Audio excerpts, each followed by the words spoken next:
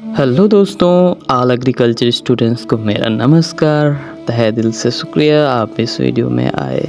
इस वीडियो में आपको काफ़ी कुछ सीखने को मिल सकता है, बने रहिए मेरे साथ। मैं अपनी भाषा में, अपनी लैंग्वेज में लोगों को समझाऊं और आप लोगों को पूरी तरह से समझ आए। और ये है हमारे गांव के ही खेत, जहां आप लोगों को दिखाऊंगा किस तरह से खेती होती है और किस प्रकार और किस समय हमें कैसे खेती करनी चाहिए और किस समय बुआई करनी चाहिए। इन सब पहलुओं पर मैं चर्चा करूंगा। कुछ चीज़ें आपको हंसा भी सकती हैं, इसलिए वीडियो के लास्ट तक बने रहें और कुछ सीख ही मिलेगी आपको। मैं कोशिश करूंगा कि आपको निराशा ना मिले, आपको समझाने की पूरी कोशिश करूं। तो आप लोगों को पता ही होगा, यह चल रहा है नवंबर का समय होता है रबी फसलों की बुआई के लिए। अभी मैं जिस खेत के पड़ोस में हूँ, उस खेत में गेहूं का बुआई हो चुकी है और जर्मिनेशन स्टेज चालू हो चुका है। जैसा कि आप लोग देख ही रहे हैं, मैं गेहूं का जर्मिनेशन स्टेज कितना है, अभी बस आधा सेंटीमीटर ही गेहूं निकला। जैसा कि आप एग्रीकल्चर के स्टूडेंट हैं तो आपको पता ही होगा कि गेहूं की बुआई करते समय हमें किन किन बातों को ध्यान में रखना चाहिए।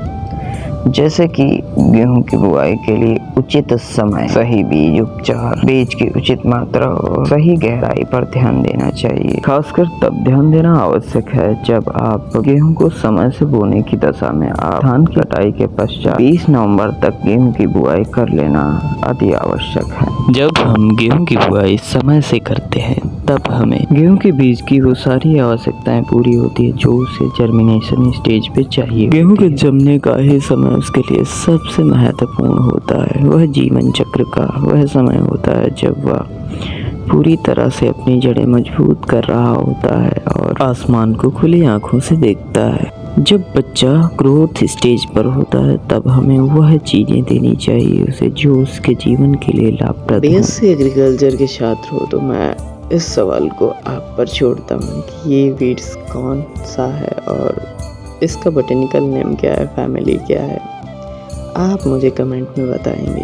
और सामने रहा मेरा भाई जो कि मेरे साथ ही आया है, छोटा भाई है। सामने की तरफ मस्टर्ड है। इसका बोटेनिकल नेम तो आपको पता ही होगा, इसका बोटेनिकल नेम है ब्रेसिका ऑर्जेंशिया। इसमें लगने वाले बीड्स आप कमेंट में बताएंगे। जैसे कि आपको दिख रहा होगा कि मैं नॉर्मली हमारे लोग क्या बोलते हैं, इसे भादा बोलते हैं, अलग अलग जगह पर अलग अलग नाम से जाना जाता है। और ये रही दूब घास। कई वीड्स होते हैं जिन्हें हमें साफ करना अति आवश्यक होता है। और यह रबी की फसल है तो यह गेहूं के साथ ही बोई जाती है। मस्टर्ड में भी दो तरह की होते हैं, येलो मस्टर्ड और ब्लैक मस्टर्ड।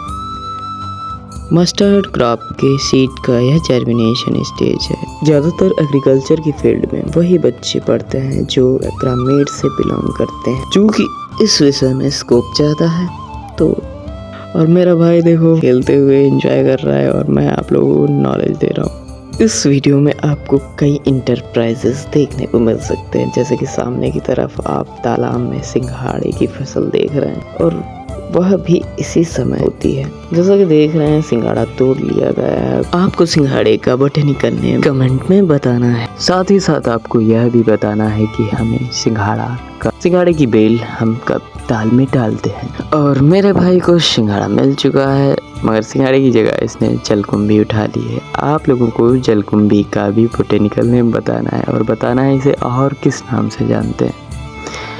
आई होप आप लोगों को ये सब पता ही होगा क्योंकि बीएससी के छात्र को इतना सब कुछ पता ही होता है। आप लोगों में से कई लोगों ने गांव में रहते हुए सिंघाड़े को तोड़ा होगा और उनको पता होगा कि इसे कितने ठंड में तोड़ा जाता है, वही जान सकते हैं पूरी तरह से। इस विषय को छोड़कर हम दूसरे विषय पे ध्यान देते हैं। जैसे कि आपको दिख रहा होगा अनमोल गोल्ड का पैकेट और यह पैकेट है येलो मस्टर्ड का, जो कि मुझे यही खेत में पड़ा मिल गया है। इसी पर आपको लिखा दिख रहा होगा संशोधित बीज। ट्रुथफुल लेवल भी लगा है। 1 kg का पैकेट है जिस पर कई चीज़ें अंकित दी गई, जैसे कि variety, germination percentage, physical purity and germination purity और वेदर एंड मॉइस्चर। हम जब भी किसी बीज के पैकेट को खरीदते हैं तो हमें इन चीजों पर पूर्णतः ध्यान देने की आवश्यकता हो, जैसा कि इस पर अंकित दिया रखा है। और जब भी आप बीज को खरीदें तो आप इन पहलुओं पर, इन बिंदुओं पर अवश्य नजर फेर लें, ताकि आपको पता रहे। नॉर्मल किसान तो इन चीजों पर ध्यान भी नहीं देता। जो दुकान का मालिक, जो बीज विक्रेता है, वो है जो बताता है, वही उनके लिए जरूरी होता है। हमारे ग्रामीण किसानों को थोड़ा सा नॉलेजेबल बनने की जरूरत है, जिससे वे उनके साथ धोखाधड़ी के मामले कम हो सके। बीज की प्योरिटी, बीज का जर्मिनेशन परसेंटेज, ये सारी पॉइंट्स को देखते हुए किसान बीज को खरीदे। सामने की तरफ आपको दिख रहा होगा कि यह है गोबर की खाद, और इस खाद का इस्तेमाल बुआई से पूर्व 2 महीने या 1 महीना पूर्व ही मिला दिया जाता है। अगर आपको इसका पूर्णतः लाभ लेना है तो समय से इस मिलाई करा देनी चाहिए, जिससे यह पूर्णतः जमीन में मिल जाए और न्यूट्रिशन वैल्यू को बढ़ा सके और फसल का लाभ हम पूरी तरह से उठा सके। देखिए यहाँ पर एक जियामेज का सीड जर्मिनेट कर चुका है, जिसकी वजह से कितना ही न्यूट्रिशन वैल्यू होगा आप इसका अंदाजा लगा सकते हैं। भूमि की उर्वरता शक्ति को बढ़ाने के लिए हम गोबर की खाद का इस्तेमाल करते हैं। जैसा कि देख रहे हैं आपको सामने की तरफ इस खेत में खाद का इस्तेमाल किया गया है, और मुझे लगता है कि यह पूरी तरह से लाभ उठा पाएंगे। और ये रहा वीड्स, और इस वीड का आपको बोटेनिकल नेम, फैमिली इत्यादि बतानी है। मैं यहाँ पर बस घूमने के लिए आया था भाई के साथ। देखो परछाई में आपको दिख रहा होगा कितना एंजॉय कर रहा है फील्ड में आकर। और फील्ड में सबसे अच्छा मुझे लगता है, जब मैं फील्ड में उतरता हूँ तो लगता है कि मैं फील्ड से जुड़ा हुआ हूँ।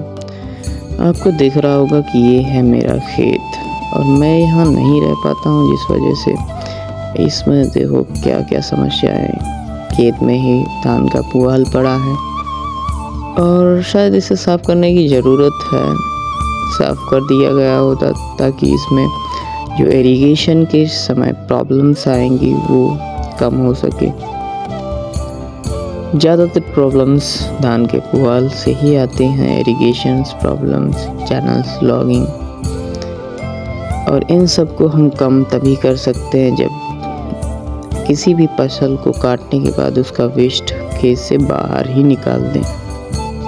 सामने की तरफ आपको दिख रहा होगा कितनी अच्छी हरियाली है, और ये मॉर्निंग का टाइम बहुत ही अनुभवी और नॉलेजेबल होता है। जब आप फील्ड में आते हैं तो आप निरीक्षण करते हैं कि क्या हुआ, किस समय किसका खेत बोया गया। आई होप आप लोगों को इस वीडियो से काफ़ी कुछ सीखने को मिला होगा, और कुछ त्रुटियां हो जाती हैं मुझसे भी, मैं कोई एक्सपर्ट नहीं हूँ। इसी के साथ इस मॉर्निंग को समाप्ति करते हैं। Thank you so much all agriculture students.